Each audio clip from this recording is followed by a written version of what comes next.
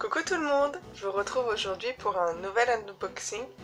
Donc il s'agit de la scale de Velvet Crow du jeu Tales of Berseria. Donc c'est une figurine qui était déjà sortie l'an dernier, de mes souvenirs, c'était en 2017, voire 2016 au pire des cas. Et je ne l'avais pas prise à l'époque, même si je l'aimais déjà bien parce que je n'avais pas joué aux jeux vidéo. Et du coup je ne savais pas si j'aimais le personnage. Oui, parce que étonnamment, ça m'arrive de prendre aussi des figurines en lien avec des personnages que j'aime. Ça arrive, et des fois ça arrive aussi que je ne les prenne pas si j'aime pas le personnage. C'est rare, mais ça peut arriver. Donc voilà. Velvet est donc un personnage que j'adore énormément. Ça doit être l'un de mes personnages préférés de tous les Tales confondus. Bon, sachant que je n'ai pas joué à tous les Tales, mais on y a joué à pas mal. Quelques-uns, quand même. Et du coup, j'aime beaucoup Velvet. Et j'ai fait le jeu, ouais, du coup, il y a pas si longtemps, il y a quelques mois. Et quand ils ont annoncé sa ressortie, j'ai fait « Ah, cette fois, je la prends sans hésiter ». Et en plus, ça ressemble à un des personnages que j'ai créé, donc je me suis dit « Mais c'est parfait, c'est une Talos, et en plus, ça ressemble à un personnage que j'adore. » Enfin, que j'ai créé. Du coup, j'ai fait « C'est parfait !» Bon, voilà. L'intro est très longue, je la ferme maintenant.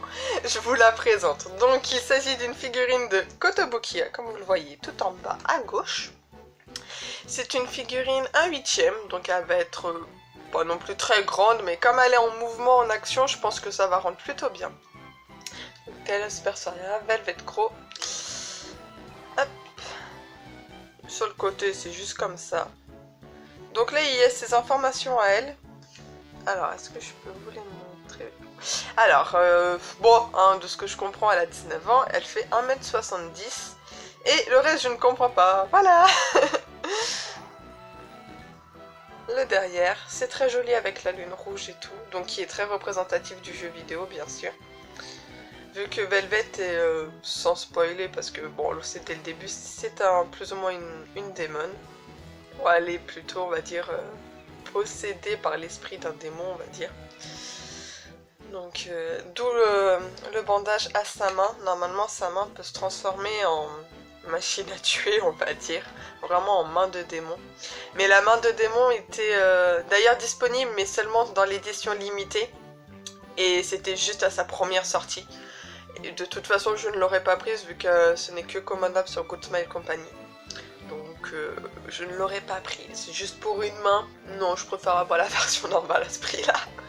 Donc voilà pour la petite présentation. Donc en dessous, les informations habituelles. Et en haut, c'est tout simple encore. Et bien, c'est parti pour l'ouverture. A tout de suite. Et voilà la figurine dans son ensemble. Donc je vous ai pas montré l'intérieur de la boîte parce que bah, elle est assez commune. Je vais vous la montrer juste vite fait comme ça. Hop, pose-toi Velvet. Oui, c'est bien. Hop. Donc de ce que je vois, ça représente l'océan, mais du coup en version très rouge, rouge sang. Donc, ce qui paraît très logique vu que l'aventure se déroule beaucoup sur un bateau. Voilà, il y a des pirates et tout. Du sang, des pirates, la mer, c'est normal. Voilà. Donc voici Velvet. Hop, allez, rapproche-toi ma belle. Allez, petit tour d'ensemble pour commencer. Et je vous la montrerai d'un peu plus près après. Bon, en tout cas, de ce que je vois, elle a l'air très jolie. Bon, Kotobukiya fait toujours, je trouve, des belles figurines. Ça va peut-être pas être de la grande qualité comme Woodsmile, Alter, Aniplex. Mais franchement, pour leur prix, je trouve que les figurines sont toujours très bien, quoi. Ça manque parfois, on va dire, un petit peu de finition, mais bon. Quoique, franchement, de ce que je vois, elle a l'air très jolie quand même, la Velvet. Hop, et je vais vous montrer son petit socle. Ah ah, il fait sombre, je ne sais pas si vous allez bien voir. Ah, attendez, on va peut-être faire... Ouais, comme ça, regardez. Je trouve ça super joli, le dessin. Et donc, vous allez peut-être pas voir beaucoup aussi, un petit peu. Le socle brille. C'est un socle rose à paillettes. Alors le rose à paillettes ne va pas trop à Velvet, hein, quand même. On peut pas dire que ce soit la fille très très féminine de base. Oui, le cliché, le rose à paillettes c'est féminine. Ouh, pas bien ça y est. Ouh. Bref. Donc... mais bon, par contre je trouve ça quand même très très joli. Mais j'aurais mis plutôt rouge que rose violet en fait. Ouais, là c'est mon côté mode qui parle, hein, parce que le rose comme ça va pas trop avec le rouge bordeaux de ses vêtements, vous comprenez. Bon d'accord, je la ferme. Non bref, franchement le sac est très très joli, je l'aime beaucoup. Donc voilà. La petite Velvet dans son ensemble. Allez, on va regarder son visage d'un peu plus près. Alors, j'avais peur que son visage soit pas superbe de ce que j'avais vu juste comme ça à travers la boîte. Mais au final, il est très beau, j'aime bien. Ses cheveux sont jolis. Franchement, j'ai rien à redire sur les cheveux. C'est classique, on va dire, mais ça lui va bien. Là, on a sa petite tresse, du coup. Son expression est très très bien retransmise. C'est vraiment elle pour le coup. Hop. Donc là, on a ses cheveux. Donc elle porte une longue queue. Hop. Attachée avec un petit bandeau. Donc, ses vêtements. Donc là, elle a une petite ceinture. Franchement, la peinture est quand même bien.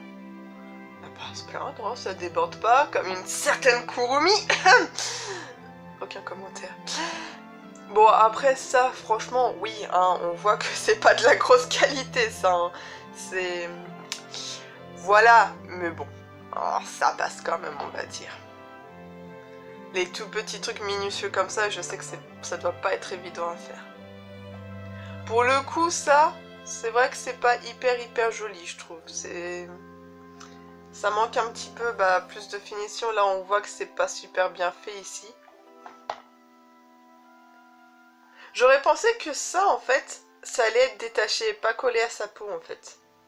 Par contre, la couleur est vraiment très jolie. On a un dégradé de rouge et ça, j'aime beaucoup. C'est peut-être pas beaucoup, pas grand-chose, mais moi, j'aime bien. Donc, son bras, pareil, on a toujours des petits accessoires là. Alors ça, c'est très bien fait, je trouve. Ça fait vraiment le côté métal de l'armure qui brille un petit peu. Là-dessus, j'ai rien à redire, c'est très bien. Pareil, l'épée, elle est non plus hyper robuste, mais elle tient, elle est pas hyper sensible au toucher. Ça fait une bonne épée, je trouve. Là-dessus, j'aime beaucoup, en tout cas. Ça, c'est une petite réussite. Alors, sa main, bandage. J'aime bien, on a bien l'effet de bande et tout. Reviens par ici, ne t'éloigne pas. Voilà. Oui, je parle à mes figurines. Tout est normal, vous en faites pas. Je suis saine d'esprit, normalement.